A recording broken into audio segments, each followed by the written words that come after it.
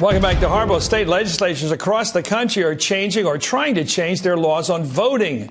Are they doing this to prevent voting fraud, which is legitimate, or could they be trying to prevent lower income and minority and younger voters from heading to the polls next year? Folks who typically, those categories, are people who tend to vote Democratic. Well, Horace Cooper is a senior fellow at the Heartland Institute. Thank you, sir. And Judith Browne-Dianis is a co-director, of course, of the Advancement Project. Thank you both for joining us. I just want to get a little feel from both of you about your personal feelings about someone who would cheat in a voting booth, go in and vote for someone else, drive around in a bus, vote numerous times, or engage in planning that kind of thing. What is your visceral reaction to that, Horace? That is outrageous behavior, and what it does is it disenfranchises voters. Okay. It but your personal viewing about someone, what do you think of those people who do that? Those people who do that. Just focus on that. People who cheat. Those people are awful cheaters. Okay. Let me go to Judith. What did Judith?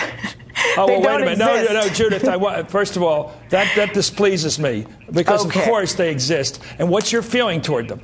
Well, I mean, that is wrong. No one wants to see anyone cheating. What should you do to a person who cheats in an election, who votes for somebody else, who uses a phony name? What should you do to a person like that? They should be prosecuted under the law. There are laws that exist already in every state that prosecutes people for voter fraud.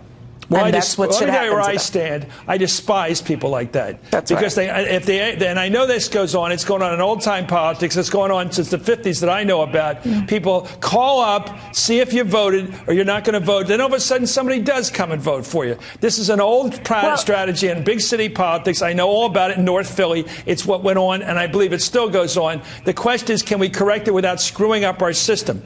I want people to vote. That's the number one goal. But I also want to make sure people don't cheat. So let's get at it here. Right. Horace, let's go to the issue here.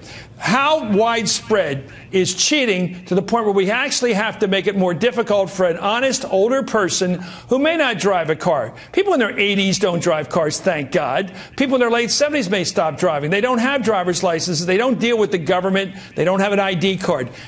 Are we going to be discouraging people from voting by this effort to raise the standards? The state of Missouri looked into this very kind of question, and they said, how many people do we have there on the voter registration rolls, and how many people have identification cards, either driver's license or others? And it turned out that 105% of the eligible voter population issued driver's license or voter ID cards. What do you mean, 105%? We are not 105%. Their own numbers show that more than the people that doesn't make any sense, Horace. You're losing your credibility here because I know older people don't. Just a minute. Older people don't drive. Not at all. We have a lawsuit against the state of Missouri for this. Okay, let me let Judith. My understanding is you can't get a driver's license if you're not eligible. Your eyesight's not good. Yeah, people still retain their driver's license and their identification card.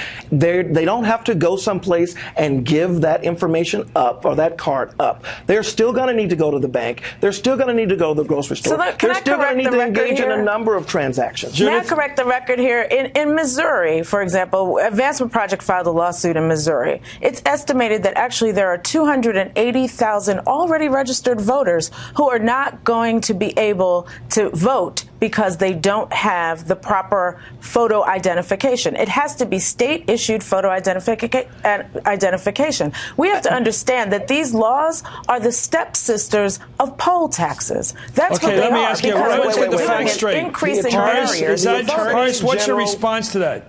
The Attorney General of Missouri disagrees with that finding and, in fact, says that one of the cases that their office prosecuted last year involved a Democratic primary where people showed up, some 500 Samoans, not eligible to vote, and were paid a fee, and they were the deciding vote in determining who won that particular state representative primary. This is behavior what do you make of this? That's not acceptable. Okay, Horace, raising your voice won't help here. Let's take a look at this. According to an NYU study, as many as 11% of Americans, 21 million people, don't have current government-issued photo IDs. What do you make of that statement?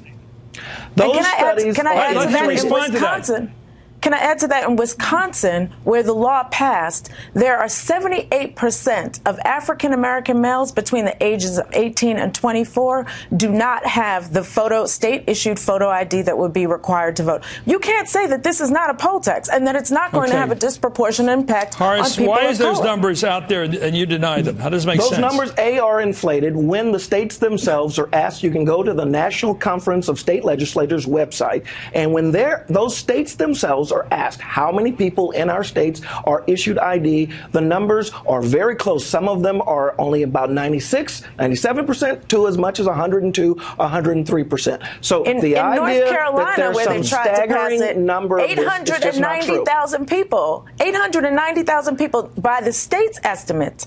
890,000 already registered voters in the state of North Carolina would not have been able to vote. But thank goodness the Democratic governor of that state vetoed the law. Now, let me just tell you, I want to make a final point here. If you live in a big city like New York or Philadelphia, in some of the really dense downtown neighborhoods, you don't own a car, you don't drive.